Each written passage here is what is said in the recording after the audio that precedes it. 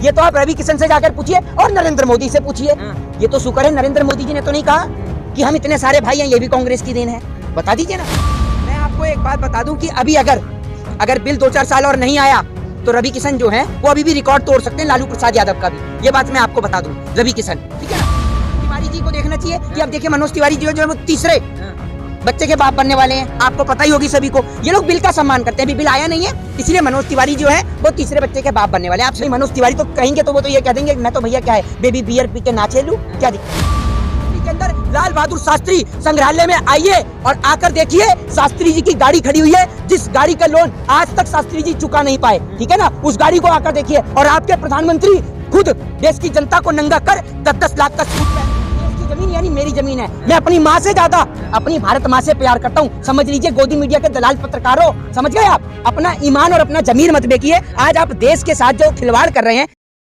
वही जिस तरह से रवि किशन का जो बयान आया है, कह रहे हैं कि हमारे 4 बच्चे जो हुए हैं, हाँ, इसके जिम्मेदार कांग्रेस पार्टी है। देखिए मैं आपको एक चीज बता दूं कि रवि किशन ने जो बयान दिया, ये वही रवि किशन है जिंदगी झंड बा फिर भी घमंड बा, और 4 बच्चों के चक्कर में रवि किशन बा जो है बदनाम हुए पड़े हैं पूरे देश प्रदेश में। आप देख रहे हैं ये ऐसे कर रहे हैं जैसे ये सारा काम कुछ करके मेहनत मशक्कत करके अपने घर आया करते थे। नेहरू जी वहीं डंडा लेके खड़े रहते थे।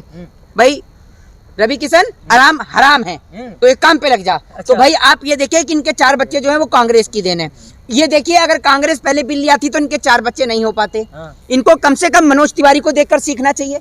अब ये देखिए ना, मनोज तिवारी इनसे बड़े हैं उम्र में भी, वैसे भी मनोज तिवारी को देखकर सीखना चाहिए। मनोज तिवारी जी को देखना चाहिए कि अब देखिए मनोज तिवारी जी जो है वो तीसरे बच्चे के बाप बनने वाले हैं। आपको पता ही होगी सभी को। ये लोग बिल का सम्मान करते हैं, अभी बिल आया नहीं है इसलिए मनोज तिवारी जो है वो तीसरे बच्चे के बाप बनने वाले हैं। आप सभी को पता होगा ये बात, ठीक है। 2 बच्चे हैं उनके और तीसरे। दूसरी बात ये कि रवि किशन जो है ये रवि किशन वो है कि क्या कहते हैं, भले ही जनता का पेट खाली रखें लेकिन घरवाली का पेट कभी खाली नहीं रखते हैं, ठीक है। हम अपनी बीबी को देख करके मुझे अब तरस आता है। मैं सोचता हूँ नादानी में ये सब हो गया। हाँ नादानी में हो गया। मैं कहता हूँ नेहरू जी बाहर खड़े रहते थे, बेटा रवि किशन लग जाओ, तो ये रवि किशन लग जाते थे। कैसी बात कर रहे हैं, मतलब ये ऐसे लोग, ऐसे मूर्खता भरे लोग, ठीक है ना। ये बात जो मैंने पहले बोली, 1 मिनट रुकिए, ये बात जो मैंने पहले बोली ये तो एक हास्यास्पद बात थी, लेकिन मैं एक बात कहना चाहूंगा कि देश के अंदर ऐसे और इस प्रकार के नेता और मंत्रियों को अगर देश के नौजवान और देश के लोग अगर सांसद बना के भेजेंगे ना हिंदू और मुसलमान के नाम पर, तो यही हालत होगी देश के अंदर, ठीक है।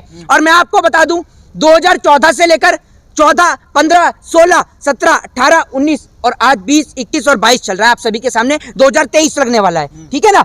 आप एक बात मुझे बताइए, क्या 2014 से लेकर अब तक बच्चे पैदा नहीं हुए? ये मनोज तिवारी जी जो तीसरे बच्चे के बाप बनने वाले हैं ये कब हो रहे हैं? ये 2014 के बाद बिल लेके आ गए? जरा ये तो बताइए आप मुझे। दूसरी बात ये कि आप एक बात बताइए, आप ये कह रहे हैं, मैं आपको एक बात बता दूं कि अभी अगर बिल 2-4 साल और नहीं आया तो रवि किशन जो है वो अभी भी रिकॉर्ड तोड़ सकते हैं, लालू प्रसाद यादव का भी। ये बात मैं आपको बता दूं, रवि किशन, ठीक है ना। आप एक बात मुझे बताइए, ये ऊट पटांग बयान दे रहे हैं, इसका जिम्मेदार इस देश की जनता है। इस देश की जनता जो अनपढ़, जाहिल और गवार मिनिस्टरों को कुर्सी पर बिठाने का काम करती है, जिनका काम नाचने और गाने का है, जिनका काम है, किसी कलाकार का हाथ नहीं उड़ा रहा। जो कलाकार है उसकी कलाकारी का सम्मान होगा। मोदी जी की कलाकारी का जनता सम्मान करती है कि मोदी जी किस प्रकार से टोपी पहना देते हैं, मोदी जी किस प्रकार से झूठ बोलते हैं, उनकी कला का हर कोई सम्मान करता है। और उनकी कला का सम्मान तो एक्टर भी करते हैं, क्योंकि एक्टर को रोने के लिए ग्लिसरीन की जरूरत होती है। मोदी जी बिना ग्लिसरीन के रो जाते हैं, तो मोदी जी की कला का सम्मान करते हैं। मैं किसी कलाकार का मजाक नहीं जुड़ जाइए, लेकिन जो कलाकार है, अगर आप हैं, आप नृत्य में अच्छे हैं तो आप नृत्य कर सकते हैं। राजनीति के अंदर, पॉलिटिक्स के अंदर अगर आपको बनाकर भेज दिया जाए, अब आप वो देश के लिए थोड़ी कुछ कर सकते हैं। अब आप ये बताइए। तो रवि किशन जैसे लोग जो आज नेता, मंत्री और सांसद बन गए भाजपा की लहर में, भाजपा की लहर कोई वैसी लहर नहीं थी। भाजपा की लहर थी हिंदू और मुसलमान की लहर की, जिसमें हिंदू और मुसलमान को आपस में लड़ाया गया। और भाजपा एक बार फिर 2024 के अंदर में हिंदू और मुसलमान करेगी राम मंदिर का उद्घाटन। आज आपको पहले ही बता रहा हूं, राम मंदिर का उद्घाटन भव्य तरीके से किया जाएगा। देश के अंदर हिंदू और मुसलमान किया जाएगा। ज्ञान वापी का मुद्दा, मस्जिदों पे लगे लाउड स्पीकर का मुद्दा, हनुमान चालीसा का मुद्दा, दिल्ली की कुतुब मीनार का मुद्दा, आगरा के ताजमहल का मुद्दा आपको 2024 के अंदर दोबारा देखने को मिलेगा। तैयारी मतलब हो रही है? बिल्कुल हो रही है, बिल्कुल हो रही है। भाजपा पूरी तरीके से तैयार है हिंदू और मुसलमान कराने के लिए। वरना आप एक बात मुझे बताइए, ये रवि किशन एक बात आप मुझे बताइए, ये रवि किशन को आपने देखा था कभी पहले कोई? आज तक इनका कोई स्टेटमेंट दिखा दीजिए जो देश के नौजवान के लिए रवि किशन बोले हो कि देश के नौजवान को रोजगार मिलना चाहिए। और आप कह रहे हैं कि जनसंख्या नियंत्रण बिल साल 2014 से आज 2022 तक और अब 2023 लगने वाला है, आपने कर दिया लागू? आपने कर दिया लागू? कोई बताएगा? लागू होता आपको दिक्कत है क्या? मोहित शर्मा को दिक्कत है? भैया आप एक बात मुझे बताइए, मैंने दिक्कत की तो बात ही नहीं करी। मैं कह रहा हूँ एक बिल इस देश में कहा लाया गया था CA/NRC का, आज तक उस पर कुछ इंप्लीमेंट हुआ? ये वही CA/NRC का बिल है जिसके चलते देश की राजधानी के अंदर धरना बैठा गया। ठीक है, देश के लोगों के लिए क्या क्या शब्दों का इस्तेमाल सरकार ने किया। देश के गृह मंत्री बोलते हैं कि ऐसा बटन दबाओ कि करंट सीधा शाहीन बाग में लगे, ये देश के गृह मंत्री कहते हैं। एक कानून देश के अंदर किसान के लिए लाया गया जिसके अंदर देश के किसान आज तक सड़क पर 1 साल तक रोड पर बैठे रहे, सड़कों पर बैठे रहे, कुछ नहीं हुआ उस कानून का। तो ये कानून लाते हैं सिर्फ हिंदू मुसलमान कराने के लिए। इनका एजेंडा सिर्फ ये होता है कि मुसलमान ज्यादा बच्चे पैदा करते हुए। मैं आपको बता दूं कि अनएजुकेट, चाहे वो हिंदू हो चाहे वो अनएजुकेट मुसलमान हो, सभी के यहाँ पर आपको पुराने वक्त में ज्यादा बच्चे देखने को मिलते हैं। लेकिन आज की नौजवान पीढ़ी की अगर हम बात करते हैं तो आज की नौजवान पीढ़ी में आपको 2 बच्चे से ज्यादा कहीं देखने को नहीं मिलते। और सुन लीजिए मेरी बात, मेरे को कोई आपत्ति क्यों होगी? मेरे को क्यों आपत्ति होगी? मेरे क्या 15-20 बच्चे घूम रहे हैं? जनसंख्या क्या मैंने पैदा कर रखी है? मेरी तो अभी शादी भी नहीं हुई, जनसंख्या मैंने कर रखी है क्या? ये तो आप रवि किशन से जाकर पूछिए और नरेंद्र मोदी से पूछिए। ये तो शुक्र है नरेंद्र मोदी जी ने तो नहीं कहा कि हम इतने सारे भाई हैं, ये भी कांग्रेस की देन है। बता दीजिए ना। रवि किशन जी नहीं, रवि किशन भाई, रवि किशन कह रहे हैं तो भाजपा के और भी नेता कह सकते हैं। मनोज तिवारी तो नहीं बोले अभी तक कुछ है? नहीं, मनोज तिवारी तो कहेंगे तो वो तो ये कह देंगे मैं तो भैया क्या है बेबी बियर पी के नाचे लूं, क्या दिक्कत है? वो तो बियर पी के कुछ भी कह सकते हैं, क्या दिक्कत है भाई? मनोज तिवारी है उनका नाम। मनोज तिवारी तो जाने इसी बयानों के लिए आते हैं, उटपटांग बयान के लिए, समझ रहे हैं? ये नोटबंदी नहीं है भैया। अरे भैया ये नोटबंदी नहीं, ये नोट बदली है, समझ रहे हैं ना? ये मनोज तिवारी है भैया, ये मनोज तिवारी, रवि किशन। ये देश के अंदर ऐसा होता है ना, आपको मैं एक चीज बताता हूँ, ये देश के अंदर इनको अगर बिठा दिया जाए, इनसे पूछा जाए एजुकेशन को लेकर, हेल्थ को लेकर, ये कोई जवाब नहीं दे पाएंगे। वरना मोदी जी क्या क्या करें अकेले?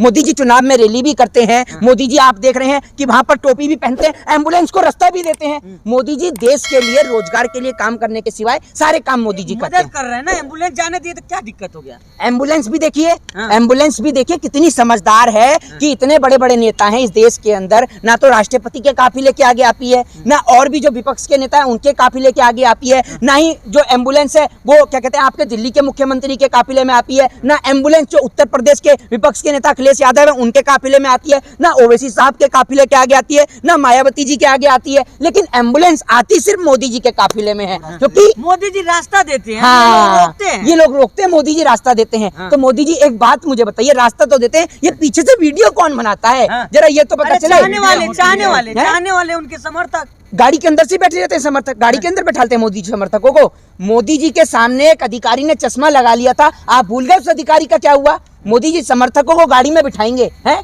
आपको इतने अच्छे लगते हैं मोदी जी? ये बताइए ना आप मुझे। प्रधानमंत्री है, सबको अच्छे लगते हैं वो। नहीं, मेरे को तो नहीं पसंद है भाई। मैं प्रधानमंत्री पद की गरिमा करता हूँ, लेकिन मैं लोकतंत्र के अंदर रहता हूँ। मैं प्रधानमंत्री से सवाल करता हूँ, मैं तो ये कहता हूँ प्रधानमंत्री झूठे हैं। मैं पूरे दावे के साथ कहता हूँ, क्योंकि मेरे पास प्रूफ है।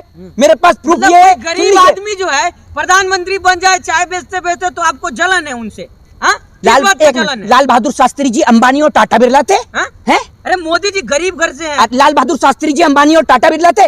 लाल बहादुर शास्त्री जी की बराबरी प्रधानमंत्री नरेंद्र मोदी जिंदगी में कभी नहीं कर सकते। शास्त्री जी ने फटी धोती पहनी, ठीक है? शास्त्री जी ने जय जवान जय किसान का नारा दिया। और सुनिए, दिल्ली के अंदर सारे अंधभक्तों कान खोल के सुनो, आपके प्रधानमंत्री नरेंद्र मोदी तो झूठ बोलते हैं। मैं आपको प्रूफ के साथ बोलता हूं कि आप दिल्ली के अंदर लाल बहादुर शास्त्री संग्रहालय में आइए और आकर देखिए, शास्त्री जी की गाड़ी खड़ी हुई है, जिस गाड़ी का लोन आज तक शास्त्री जी चुका नहीं पाए, ठीक है ना? उस गाड़ी को आकर देखिए। और आपके प्रधानमंत्री खुद देश की जनता को नंगा कर 10-10 लाख का सूट पहनते हैं। आपके सुनिए, आरोप लगा कौन सा फकीर है आपके? एक मिनट, आप कहाँ रहते हैं? ऐसा कौन सा इलाका है दिल्ली का या देश का जहाँ पर फकीर 10 लाख का सूट पहनता है? कहाँ रहते हैं? यार कोई दान में गिफ्ट में दे दे तो आपको क्या दिक्कत है? आपको दिया है आज तक 1 लाख का भी सूट दिया है किसी फकीर को? आपने दान में? आपको राहुल गांधी नहीं दिए थे जैकेट? मेरे को कौन सी राहुल गांधी ने दी? ये देखिए कौन सी जैकेट दे दी राहुल गांधी ने। आप ये जो बेहुदा बातें बोलते हैं ना, सुनिए, ये है इस देश के अंदर मूर्खता का प्रमाण पत्रकार। आप लोग कहते हैं ना पत्रकारों को बोलता हूं इस प्रकार से। अब ये देखिए, बेबुनियादी आरोप लगा रहे हैं और इन पे मुकदमा लग गया ना इसी बात का, तो उसके बाद कैमरा और माइक लेकर, भौंपू लेकर, मोदी जी मोदी जी इतने पत्रकार हैं यहाँ पर, ये देखिए मोदी के नाम से इन सबको घबराहट होती है। आपका घर चलता है अरे मोदी जी प्यार करते हैं पत्रकारों से भाई। हाँ देखा, इन्होंने बता दिया मोदी जी पत्रकारों से प्यार करते हैं, क्योंकि इनके घर में राशन और चंदा, नहीं राशन और चंदा। आपके तरह थोड़ी उल्टा सीधा बोलते हैं। अरे नरेंद्र, अच्छा भाई मैंने आज तक तो कभी नहीं बोला बेटी बचाओ बेटी पढ़ाओ, मोदी जी तो बोलते हैं, मोदी जी तो बोलते हैं। बताइए दिक्कत क्या है आपको? किसको? पैसा लिए है? किसका? कि जमीन ले लिया? एक बात आप मुझे बताइए, मोदी जी आपको दलाली दिए हैं, ये बताइए आप मुझे, मोदी जी आपका घर चलता। और दूसरी बात, मेरे देश की जमीन यानी मेरी जमीन है,